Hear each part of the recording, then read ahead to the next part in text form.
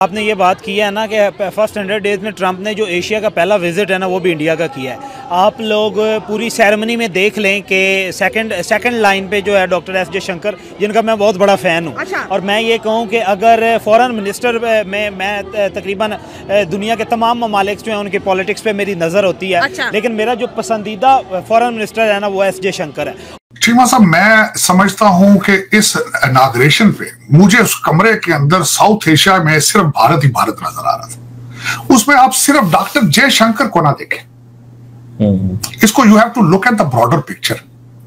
जो की चेयर्स थी उनके ऊपर साउथ एशिया से कौन कौन लोग बैठे थे। सुंदर पिचाई थे पीछे, विवेक रामास्वामी थे, पहली लाइन के अंदर उषा थी, जेडी वाइस की वाइफ, और उसके बाद आप हमारी हरमीत ढिल्लों हैं, और उसके बाद ये तो पीछे बैठे थे बड़ी वैल्यूएबल सीट, सामने पहली सीट के ऊपर जयशंकर बैठे थे। अमेरिका में डोनाल्ड ट्रंप की ओथ टेकिंग सेरेमनी हुई, आपको पता ही होगा। पाकिस्तान से भी मिनिस्टर्स गए? नहीं, कोई नहीं गए। उनको तो बाहर, उनको 3 मील उन्होंने अंदर आने नहीं दिया। ये देखें, मैंने अब ये भी बंदा मैं लाया हूँ, इसके लिए ये बूट पॉलिसी को कौन आने देता? ये देखें, मैंने अभी बात भी नहीं पूरी की। ओनली 2% बिलावल भुट्टो और ये पाकिस्तान के टैक्स के पैसों से गए हैं। अच्छा। उन्होंने फिर अंदर भी नहीं। जय हिंद दोस्तों, ट्रंप की ओथ सेरेमनी भी हो गई, ट्रंप प्रेसिडेंट भी बन गए, लेकिन डॉक्टर जयशंकर के नाम का भजन अभी तक पाकिस्तानियों के गले से नीचे नहीं उतर रहा है। आप इस वीडियो में देखेंगे पाकिस्तानी पब्लिक डॉक्टर जयशंकर के बारे में क्या कहती है, वहीं पाकिस्तानी मीडिया में क्या डिस्कस किया जा रहा है डॉक्टर जयशंकर के बारे में। डॉक्टर साहब, आज तकरीबन तीसरा दिन है अमेरिकन सदर डोनाल्ड ट्रंप को, और उन्होंने एक तो डेवोस में खिताब किया और बड़ी बातें की हैं कि आए हमारे पास आके इन्वेस्ट करें, बड़े फायदे होंगे, अगर हमें चीजें बेचेंगे तो टैरिफ लगेंगे, इस तरह की भी उन्होंने बातें की हैं। और दूसरा डॉक्टर साहब, हमारे साउथ एशिया के लिए जो इंपॉर्टेंट खबर है वो ये है कि डॉक्टर जयशंकर की मार्को रूबियो और national security adviser Mike Waltz से मुलाकात हुई है। ये तकरीबन 1 महीने में दूसरी मुलाकात है माइक वॉल्ट्ज के साथ, नेशनल सिक्योरिटी एडवाइजर के साथ, और जयशंकर की जो मार्को रूबियो के साथ मुलाकात है। डॉक्टर साहब, आप कैसे देखते हैं अमेरिकन की जो बॉडी लैंग्वेज है, ये जो नई एडमिनिस्ट्रेशन आई है इंडिया के साथ, बड़े कोजी नजर आ रहे हैं, बड़ा माहौल बना है। What is your reading sir? Cheema साहब, मैं समझता हूं कि इस इनॉग्रेशन पे मुझे उस कमरे के अंदर साउथ एशिया में सिर्फ भारत ही भारत नजर आ रहा था। उसमें आप सिर्फ डॉक्टर जयशंकर को ना देखें, इसको you have to look at the broader picture.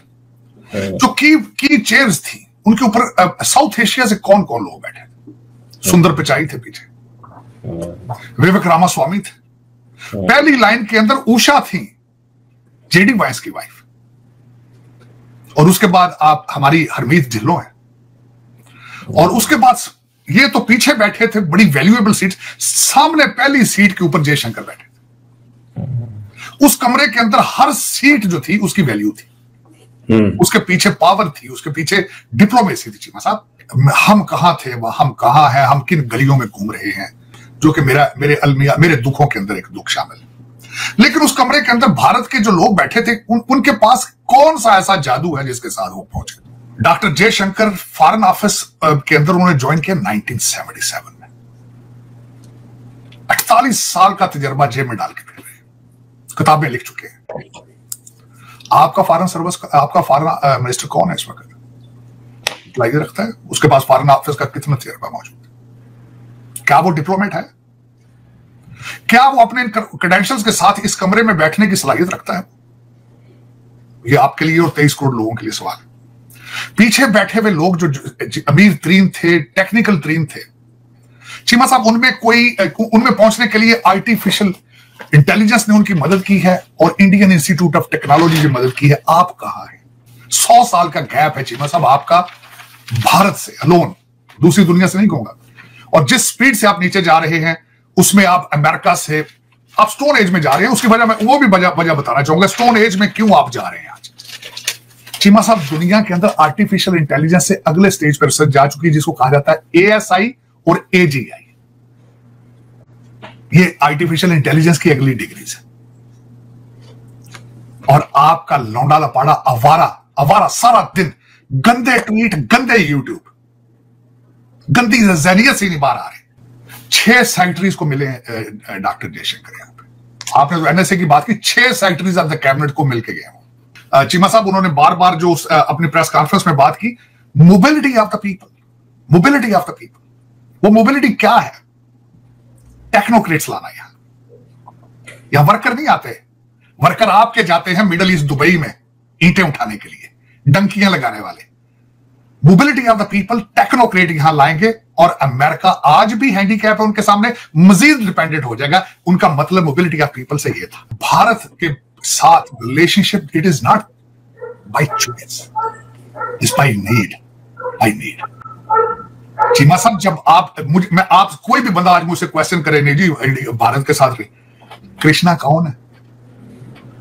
Adviser of artificial intelligence of the White House. मजबूरी सर, मजबूरी है उनको रखना। आर्टमैन लेकर गया व्हाइट हाउस में, आर्टमैन, मजबूरी है।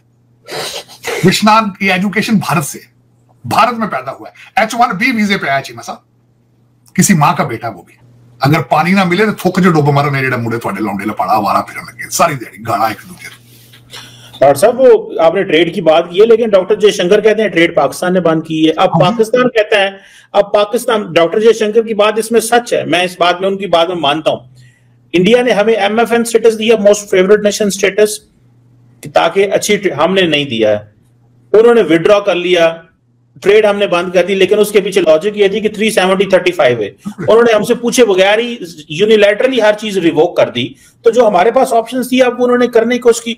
अब पाकिस्तान बात करना चाहता है, अब वो कहते हैं हमने क्रिकेट टीम ही नहीं भेजनी। अमेरिका में कहते, जरा सुनिएगा बात डॉक्टर साहब, इसमें कमेंट, अमेरिका में जाके कहते हैं जी पाकिस्तान ने ट्रेड बंद की है। अब जब पाकिस्तान ये आके कहता है कि हमने ट्रेड करनी है, फिर बात ही नहीं करते, टीमें नहीं भेजते। मेरी इंफॉर्मेशन के हिसाब से आज भी आप उसी पॉइंट पे खड़े हैं कि अगर 370 आप उसको खत्म नहीं करेंगे, हम ट्रेड नहीं करेंगे। ये आपकी तरफ से ये बात, आप अपने आप को एक डेड एंड गली में, बंद गली में खुद ले जाते हैं। उनका क्या कसूर है? आज आप बात दो चीजें करें, मगर मुझसे पूछा जाए, आप दोनों चीजों पे आप कह जी हम ट्रेड शुरू करते हैं, साथ उस पर 370 पे डायलॉग करेंगे आपके साथ। साढ़े नसीब है जी धक्के ने डॉक्टर साहब, ए मुंडे बाहर बैठ के। नहीं, मैं एक बात मैं हमेशा हर प्रोग्राम में कहता हूं, 3 करोड़ बच्चा स्कूल नहीं जा रहा, 1 करोड़ डंकी लगाएगा।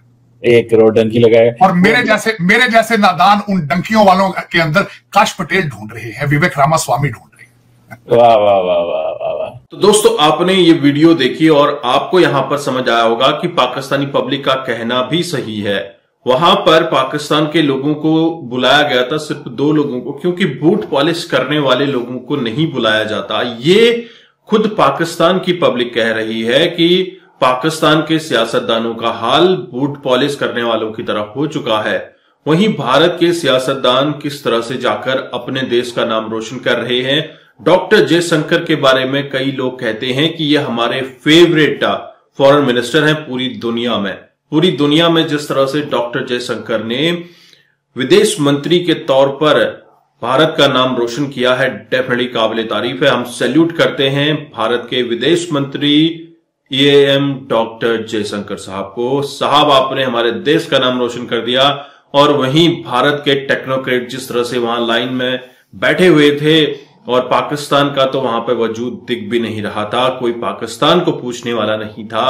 और ट्रम्प कैबिनेट की जो ओथ सेरेमनी हुई थी, उसके बाद लाइन लगाकर सारे के सारे मंत्री डॉक्टर जयशंकर से जैसे शिक्षा लेने आ रहे थे, वैसे उनसे बात कर रहे थे। और उनके पिक्चर से पता चलता है, उनके वीडियो से पता चलता है कि किस तरह का वहां पर डोमिनेंस था इंडियंस का। खासतौर पे जब आप डॉक्टर जयशंकर की बात करते हैं तो डॉक्टर जयशंकर किस तरह से ट्रम्प की कैबिनेट मंत्रियों के साथ डिस्कशन कर रहे थे, उससे पहले भी वह काफी डिस्कशन कर चुके थे। क्वाड ने गजब का कॉम्बिनेशन बनाया हुआ है। और वहीं भारत के लोग जब भी किसी देश में जाते हैं टेक्नोक्रेट बनकर जाते हैं, लेकिन अब आने वाले दिनों में आप देखेंगे भारत के लोग हर क्षेत्र में अपना टैलेंट दिखाते हुए नजर आएंगे, क्योंकि ट्रंप ने कहा है कि हम H1 वीजा के लिए सिर्फ इंजीनियर नहीं ढूंढ रहे हैं, हमें यहां पर और भी कैटेगरी के लोग चाहिए, भले वो वेटर हो, भले वो प्लम्बर हो, बट वो एक्सीलेंट क्वालिटी का होना चाहिए। तो कहीं ना कहीं और भी क्षेत्रों से भारत का टैलेंट अमेरिका में जाने की कोशिश करेगा और अमेरिका फिर से ग्रेट अमेरिका बनेगा। इसके लिए ट्रंप पूरी कोशिश कर रहे हैं और भारत को वहीं पर बहुत ही वेटेज दिया जा रहा है। भारत डेफिनेटली विश्व गुरु बनेगा। आप अपने विचार रखिए।